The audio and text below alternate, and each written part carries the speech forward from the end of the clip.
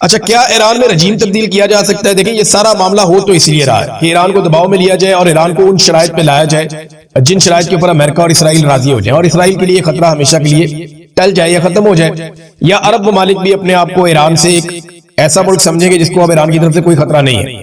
حالانکہ ایران کے معاملات عربوں کے ساتھ کبھی اتنے برے اس طرح رہے نہیں، زیادہ ان کا پھڈا جو ہے وہ اسرائیل کے ساتھ ہی رہا ہے۔ بہرحال، کیا ایران میں رجیم تبدیل کیا جا سکتا ہے؟ تو اب تک جو صورتحال دکھائی دے رہی ہے اس میں ڈونلڈ ٹرمپ بار بار اپیل کر رہے ہیں ایران کی عوام سے کہ آپ نکلیں اور نکل کر آپ حکومت پہ کنٹرول کریں، اور ڈونلڈ ٹرمپ بار بار اپیل کر رہے ہیں ایرانی فورسز پہ، دھمکی بھی لگاتے ہیں، اپیل بھی کرتے ہیں کہ جناب آپ ہتھیار پھینک دیں اور اس لڑائی کا حصہ نہ بنیں اور آپ حکومت کی بات نہ سنیں۔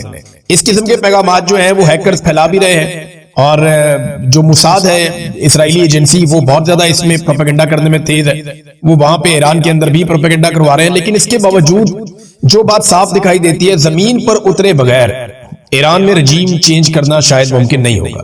آیت اللہ خامنئی جو ہیں وہ ان کی عمر دیکھیں نا، اب 86 سال ان کی عمر تھی، اس عمر کے اندر وہ شہید ہو گئے۔ جتنا ان کی زندگی نے فائدہ دیا نا ایرانیوں کو، اتنا ہی ان کی شہادت نے بھی فائدہ دے دیا۔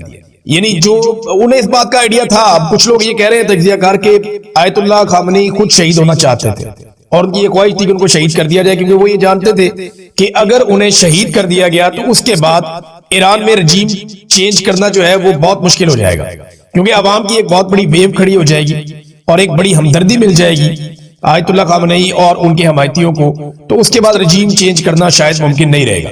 تو اب یہی صورتحال ہم ایران میں دیکھ رہے ہیں، بہت بڑے بڑے مظاہرے ہو رہے ہیں، بہت بڑی تعداد میں لوگ یکجہتی کے لیے نکل رہے ہیں، امریکہ کے خلاف نکل رہے ہیں، اسرائیل کے خلاف نکل رہے ہیں۔ تو یہ چیزیں نارملی جنگ کے دنوں میں ایسے ہوتے نہیں، لیکن یہاں پہ ہم ہوتی ہوئی دیکھ رہے ہیں۔ تو وہ جو خواہش تھی ایک آیت اللہ خامنئی کی کہ ان کی موت بھی ایران کے کام آئے، تو وہ ایسا لگتا ہے کہ وہ کام آئی ہے۔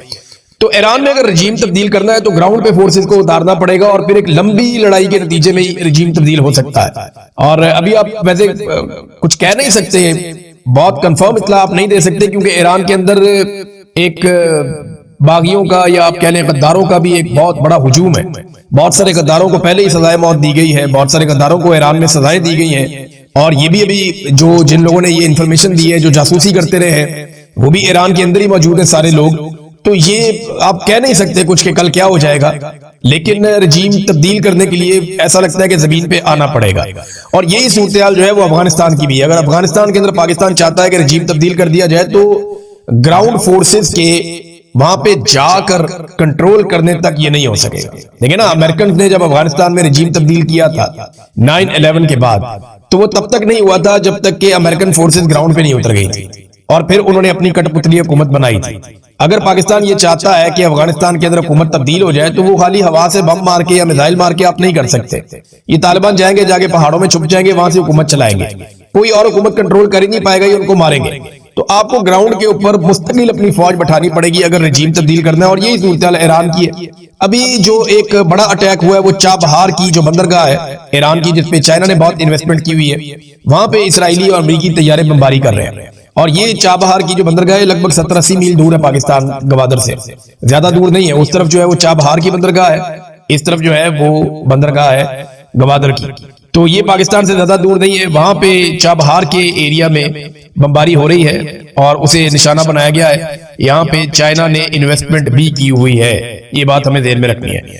ناظرین، پیر والے دن، یعنی آج جب آپ یہ ویلاگ دیکھ رہے ہیں تو ابھی صبح کا وقت ہے، جب پاکستان میں شام ہو جائے گی تو امریکہ میں صبح ہو جائے گی، اور جو پیر کا دن ہوگا وہاں پہ سٹاک مارکیٹ کھلے گی، تو تب پتہ چلے گا کہ دنیا کا اس کے اوپر رد عمل کیا ہے اور مالیاتی طور پہ کس کو کتنا نقصان ہوتا ہے۔ دیکھیں، یہ جو سٹاک مارکیٹ ہے نا، یہ امریکہ کی سٹاک مارکیٹ پوری دنیا کے اندر سب سے تگڑی مارکیٹ ہے، اور وہ بہت ساری چیزوں کا فیصلہ کرتی ہے۔ تو یہ خواہش تھی امریکہ کی، اسرائیل کی، کہ منڈے سے پہلے سارا معاملہ نمٹا لیا جائے، لیکن یہ معاملہ لنگر آن ہو رہا ہے، اور ایران جو ہے وہ لگاتار بمباری کر رہا ہے۔ اس کے ڈرون جا کر UAE میں، بحرین میں، قطر میں اور مختلف ممالک کے اندر، اردن میں، عراق کے اندر انہوں نے بہت بڑا حملہ کیا امریکہ کے اسلحہ ڈپو کے اوپر۔ پھر کچھ جگہ پہ جہاں امریکہ کے بحری بیڑے ہیں وہاں پہ انہوں نے اٹیک کیا، نقصان پہنچایا، آگ لگی ہے۔ تو ایران لگاتار حملے کر رہا ہے۔ دیکھنا یہ ہے کہ پیر والے دن امریکی مارکیٹ سے کس قسم کا رد عمل آتا ہے، اور دنیا میں پیٹرول کی پرائسز کہاں جاتی ہیں۔ اگر تو پیٹرولیم پرائسز بڑھ جاتی ہیں دنیا میں تو ایک بہت بڑا پریشر جنریٹ ہو جائے گا۔ امریکہ اس لڑائی کو جلدی نمٹانا چاہتا ہے، ڈونلڈ ٹرمپ کی خواہش ہے جتنی جلدی ہو جائے یہ معاملہ نمٹ جائے اور رجیم چینج آپریشن اگر وہ مکمل کر سکے یا جو بھی اہداف انہوں نے اور حاصل کرنے ہیں وہ کر لیں. لیکن ایران اس کو لمبا کھینچتا ہوا دکھائی دے رہا ہے. ایران کے لیے چیلنجز بہت زیادہ ہیں، لیکن کیونکہ اب وہ ایسی سچویشن میں آ گئے ہیں کہ اگر ہم ڈوب رہے ہیں تو ہم آپ کو بھی لے کر ڈوبیں گے.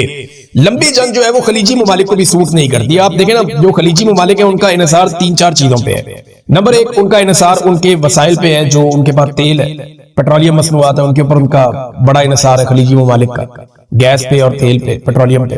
نمبر 2 ان کا انحصار ہے ریل اسٹیٹ پہ اور سیاحت پہ. یہ 3 چیزیں ہیں جن پہ بہت زیادہ پیسہ کماتے ہیں یہ ممالک. یعنی سیاحت سے بہت پیسہ کماتے ہیں. سعودی عرب کے اندر ایک ریلیجیس ٹورزم ہے، وہ بہت بڑے پیمانے پہ پیسہ وہ کماتے ہیں. اور دوسرا جو ہے وہ تیل کی، دیکھیں اب آمدورفتی رک جائے گی اگر سمندر کے حالات ٹھیک نہیں ہوں گے اور ایران رستے بند رکھے گا اور یہ خطرہ رہے گا کہ تیل بردار جو جہاز جا رہے ہیں ان کے اوپر میزائل گر جائے گا، تو وہ تو پہلے ہی فیول ہے، اس کے اوپر تو اگر ڈرون بھی گر جائے تو وہ سارا تباہ ہو جاتا ہے. تو ایسی صورتحال میں یہ بہت بڑا سورس آف انکم بند ہو جاتا ہے. پھر ٹورزم جو ہے وہ ٹورسٹ نہیں آتے جہاں پہ بم گر رہے ہوتے ہیں. اور تیسرا ان کا ریل اسٹیٹ کا بزنس ہے، یعنی وہ جو بہت بڑے بڑے پلازے، بلڈنگ، اور یہ مقابلہ چل رہا ہے، یہ بہت بڑا بزنس ہے یہاں. ناظرین، عالمی منڈی میں جو پیٹرولیم مصنوعات کی قیمتیں ہیں، جب جنگ شروع ہوئی تھی جو قیمتیں اس وقت تھیں آج اس سے بھی کم ہو گئی. یعنی عالمی منڈی میں جو پیٹرولیم مصنوعات کی قیمتیں ہیں ان میں ریکارڈ کمی ہو گئی ہے، لیکن پاکستان کی حکومت اور پاکستان کی اسٹیبلشمنٹ یہ فائدہ پاکستانیوں کو دینے کے لیے بالکل قطعی طور پہ تیار نہیں ہے. وہ یہ سوچ رہے ہیں کہ جتنے دن اور گزر جائیں، جتنا پیٹرول اور بک جائے، فی لیٹر پیٹرول کے اوپر جتنا پیسہ ہم عوام کی جیبوں سے نچوڑ سکتے ہیں ہم وہ پیسہ عوام کی جیبوں سے نچوڑ لیں. دیکھیں نا، آسان طریقہ ہے. لوگوں نے پیٹرول تو خریدنا ہی خریدنا ہے، لوگوں نے ٹریول کرنا ہے، کسی نے اسکول جانا ہے، کسی نے دفتر جانا ہے، کسی نے کہیں جانا ہے، کسی نے بیرون شہر ٹریول کرنا ہے، کسی نے اپنے صوبے سے باہر ٹریول کرنا ہے، تو وہ پیٹرول تو خرچ کرنا پڑے گا. لوگوں کو ڈیزل اور پیٹرول لگتا ہے. اب اس کی قیمت جتنے دن آپ بڑھا کے رکھیں گے اتنے زیادہ پیسے آپ عوام کی جیبوں سے نکال پائیں گے. تو یہ تو ایک ایک دن کی بھی کوشش کرتے ہیں کہ جتنا عوام کو نچوڑ سکیں یہ نچوڑ دیں. بہرحال اس وقت عالمی منڈی میں تیل ٹکٹ ٹوکری ہو گیا اور پاکستان کے اندر یہ قیمت کم کرنے کو تیار نہیں ہے. پوری دنیا کے اندر عوام کو ریلیف مل جاتا ہے فوری طور پہ، لیکن پاکستان میں ریلیف نہیں مل رہا. اور یاد رکھیے گا، پاکستان میں تیل کی قیمتوں میں اضافہ اور کمی یہ وہ نیچرل فیکٹر نہیں ہے کہ عالمی منڈی میں قیمت بڑھ رہی ہے تو عالمی منڈی میں قیمت کم ہو رہی ہے. وہ نیچرل فیکٹر نہیں ہے. یہ فیکٹر میں آپ کو بتاتا ہوں، یہ لیویز ہے، اضافی ٹیکسز ہیں. یہ جو اضافی لیوی لگائی گئی ہے پاکستان کے پیٹرولیم مصنوعات کے اوپر، یہ وہ آپ کی جیب کے اوپر بوجھ آ رہا ہے. اور اسی طرح سے جو اضافی ٹیکسز لگائے گئے ہیں، بجلی کے اندر میں نے آپ کو اس دن پڑھ کے سنایا کہ درجن کے قریب ٹیکسز انہوں نے لگائے ہوئے ہیں. اور میں ٹیکسز پڑھتا جا رہا تھا اور حیران ہوتا جا رہا تھا کہ کس کس قسم کے ٹیکسز انہوں نے پاکستان میں بجلی کے اوپر لگا دیے. گیس کے اوپر انہوں نے قیمت کہاں سے کہاں پہنچا دی. پہلے تو 1 یونٹ کی قیمت 4 گنا کر دی، پھر ایک نیا اصول لاگو کر دیا کہ آپ استعمال کریں گے 1 یونٹ اور آپ 4 یونٹ کے پیسے دیں گے. یعنی مثال کے طور پہ پہلے 1 روپے کا جو یونٹ تھا وہ اب 4 روپے کا ہے. 1 روپے والا یونٹ 4 روپے کا ہو گیا. اور اگر آپ 4 روپے کی بجلی استعمال کریں گے تو آپ کو جو بل دینا پڑے گا وہ 16 روپے ہے. اندازہ کریں آپ 1 روپے والی بجلی آج آپ کو 16 روپے کی ملتی ہے. یہ انہوں نے ڈبل واردات آپ کے ساتھ کی ہے پاکستانیوں کے ساتھ. بہرحال ناظرین، آزاد کشمیر کی صورتحال جوں کی توں ہے. وہاں کے لوگ بار بار کہتے ہیں جی مذاکرات کریں، بات چیت کریں، مسئلے کا کوئی حل نکالیں، لیکن حل نکالنے میں کوئی سنجیدہ نہیں ہے. بلکہ ملٹری اسٹیبلشمنٹ نے اپنے ٹاؤٹس کے ذریعے سے یہ خبر باقاعدہ پہنچا دی ہے کہ کچھ بھی ہو جائے اب وہ پیچھے نہیں ہٹیں گے اور وہ کچل دیں گے اس تحریک کو مکمل طور پہ. دیکھیں، مجھے ابھی بھی خدشہ ہے کہ ملٹری اسٹیبلشمنٹ کی اسیسمنٹ ایک مرتبہ پھر غلط ہے. عمران خان کے بارے میں ان کی اسیسمنٹ غلط تھی، بشرا بی بی کے بارے میں ان کی اسیسمنٹ غلط تھی، پاکستان تحریک انصاف کے بارے میں ان کی اسیسمنٹ بالکل ہی غلط تھی. انہیں لگا ماریں گے کٹیں گے لوگ اپنا رویہ بدل دیں گے، ماریں گے کٹیں گے تو لوگ اپنی سوچ بدل دیں گے اور ہم بڑے آرام سے چیزوں کو کنٹرول کر لیں گے. تو وہ تو ان سے ہوا نہیں. عمران خان کے بارے میں ان کی اسیسمنٹ تھی 2-4 دن میں ٹوٹ جائے گا. عمران خان 3 سال سے جیل میں پڑا ہے، بدترین تشدد کر کے دیکھ لیا، ذہنی ٹارچر کر کے دیکھ لیا، بہت برے حالات میں عمران خان کو رکھ کے دیکھ لیا، ٹکے کا فائدہ نہیں ہوا. عاصم منیر صاحب اپنی طاقت کے زور سے، اپنی بندوق کے زور سے، پوری فورس کو استعمال کرنے کے باوجود جو لوگ نہیں ٹوٹتے تھے ان کو نہیں توڑ پائے. خاص طور پہ جو خواتین ہیں انہوں نے ریزیلینس کی ایک مثال قائم کی ہے پاکستان میں، ہم نے اس سے پہلے کبھی نہیں دیکھا. آپ یاسمین راشد صاحبہ کو دیکھ لیں، آپ طیبہ راجہ صاحبہ کو دیکھ لیں، آپ عالیہ حمزہ صاحبہ کو دیکھ لیں، عمران خان کی اہلیہ بشرا بی بی، انہوں نے کیا کہا تھا عمران خان کی اہلیہ بشرا بی بی نے کہا تھا کہ میں عمران خان کی کمزوری نہیں بنوں گی، میں عمران خان کی طاقت بنوں گی، اور انہوں نے اپنا وعدہ یا اپنا دعویٰ سچ ثابت کر کے دکھایا۔ آپ صنم جاوید کو اور فلک جاوید کو دیکھ لیں، کیا یہ خواتین ان کو توڑا جا سکا؟ آپ وہ بھٹا صاحبہ کو دیکھ لیں، ان کو توڑا جا سکا؟ بے شمار اور خواتین ہیں، کیا کسی ایک خاتون کو بھی توڑا جا سکا؟ یا کسی ایک خاتون کو بھی یہ عمران خان سے دور لے جا سکے؟ جنہوں نے ٹوٹنا تھا یا چھوڑنا تھا انہوں نے بغیر کسی تشدد کے ہی چھوڑ دیا۔ لیکن تشدد ایسا ٹول نہیں ہے جس سے آپ خواتین کو توڑیں۔ آپ نہ تو یاسمین راشد کو توڑ پائیں گے، جو باقی خواتین میں نے نام لیا آپ ان کو بھی نہیں توڑ پائیں گے، یہ تو پولیٹیکل خواتین ہے نا۔ آپ مارن بلوچ کو الٹے لٹک جائیں آپ نہیں توڑ پائیں گے۔ آپ ایمان مزاری کو آپ 10 دفعہ دوبارہ مر کے پیدا ہو جائیں، آپ ایمان مزاری کو نہیں توڑ پائیں گے، آپ سے یہ ہوگا ہی نہیں۔ یہ خواتین بھاری پڑ گئی ہیں بندوق والوں کو، اور بندوق والوں کے سامنے جو سب سے زیادہ ڈٹ کر اور طاقت کے ساتھ اس دفعہ ہم نے کھڑے ہوئے دیکھا، وہ ہم نے ایک مرتبہ پھر خواتین کو دیکھا۔ ان خواتین نے بینظیر بھٹو کی بھی یاد تازہ کی، ان خواتین نے فاطمہ جناح کی بھی یاد تازہ کی، ان خواتین نے ان خواتین کی یاد تازہ کی جو مزاحمت کا استعارہ بن کر رہی ہیں ہمیشہ۔ بڑا شاندار کام کیا ہے، انہیں خراج تحسین پیش کرنا چاہیے، ہر دن خراج تحسین پیش کرنا چاہیے۔ اب ناظرین، جو آزاد کشمیر کے لوگ ہیں وہ کہتے ہیں جی بات چیت کریں، کو مسئلہ حل کریں، ورنہ ان کو کال تو ان کی موجود ہے، وہ پھر نکلیں گے مظفر آباد کی طرف احتجاج کرنے کے لیے، اور اس میں لوگ شہید ہوں گے، دونوں طرف کے لوگ شہید ہوں گے۔ یہ پہلا موقع ہے کہ جو مظاہرین ہیں وہ کہتے ہیں بات چیت کرنی ہے، اور سسٹم ہے وہ کہتا ہے جی بات چیت نہیں کرنی، ہم نے تو جناب ان کو کچلنا ہے بری طرح، یہ 4 بندے تو ہم نے مار ہی دینے ہیں۔ یہی ہو رہا تھا تحریک لبیک کے ساتھ مرید کے میں۔ میرے ساتھ وہ لوگ رابطے میں تھے، میرے پاس ان کی آڈیوز آج بھی موجود ہیں، کیونکہ وہاں پہ پھر سگنل بند کر رہے تھے تو وہ آڈیو پہ پیغام بھیج رہے تھے، تھوڑے سگنل آتے تھے وہ میرے پاس ڈیلیور ہو جاتا تھا۔ وہ چلا رہے تھے، وہ کہہ رہے تھے ہم بات کرنا چاہتے ہیں، ہمارے ساتھ بات کرو، ہم واپس جانا چاہتے ہیں، ہمیں واپس جانے دو۔ انہوں نے ہمیں گھیر لیا، یہ ہمیں واپس بھی نہیں جانے دے رہے، یہ ہمیں دھکیل کے یہاں تک لائے، ہم تو بڑی دیر پہلے واپس جانا چاہ رہے تھے۔ لیکن پھر وہاں پہ خون کی وہ ہولی کھیلی گئی، وہ قتل عام ہوا جو چھپایا نہیں جا سکے گا۔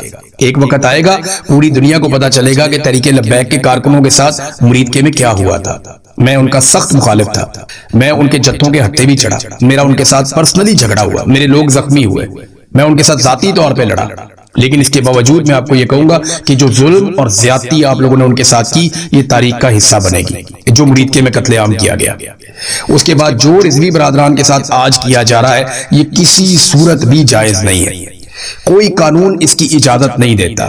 یعنی امریکہ جو ہے وہ وار اینڈ ٹیرر کے خلاف جا رہا تھا، لیکن گوانتانامو میں جو جیل تھی یا ابو غریب جیل ہے اس کو کبھی کسی نے تسلیم نہیں کیا، ان مظالم کو کبھی جسٹیفائی کوئی کر نہیں پایا، تو آپ یہ نہیں کر پائیں گے، آپ جسٹیفیکیشن نہیں دے پائیں گے۔ میں حیران ہو رہا تھا شہباز شریف کا سٹیٹمنٹ دیکھ کے، یہ شہباز شریف کا آپ سٹیٹمنٹ تو چیک کریں، تشدد کا نشانہ بننے والے متاثرین کے ساتھ مکمل یکجہتی کا اظہار کرتے ہیں، اقوام متحدہ، عالمی برادری اور انسانی حقوق کی تنظیمیں انسانی حقوق کی خلاف ورزیوں کے مرتکب افراد کا احتساب یقینی بنائیں۔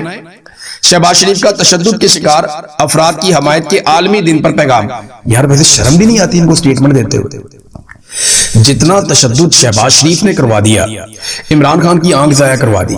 میں ذاتی طور پہ یہ وزیر اعظم تھا شہباز شریف، جب مجھے اٹھا لیا تھا عاصم منیر رجیم نے، مجھے آئی ایس آئی نے اٹھا کے وہ ٹارچر کیا آپ سوچ نہیں سکتے۔ روزانہ وہاں پہ لوگوں پہ بدترین ٹارچر کیا جاتا تھا، چیخوں کی آوازیں آسمان تک جاتی تھی، وہاں پہ اتنا بدترین تشدد ہوتا تھا آئی ایس آئی کے حکومت خانے میں۔ یہ شہباز شریف کو شرم بھی نہیں آتی؟ بدترین ٹارچر ہم نے دیکھا یہاں پہ، خواتین کے اوپر ٹارچر کیا گیا، مردوں کے اوپر ٹارچر کیا گیا، گھروں میں گھس کر ٹارچر کیا گیا۔ 4 مرتبہ یہ قتل عام کر چکے ہیں پاکستانیوں کو، اور کتنے ٹلے منہ کے ساتھ یہ دنیا کو کہہ رہے ہیں جناب ہم تشدد کے خلاف ہیں۔ جتنا تشدد آپ نے پاکستانیوں پہ کیا نا، پاکستان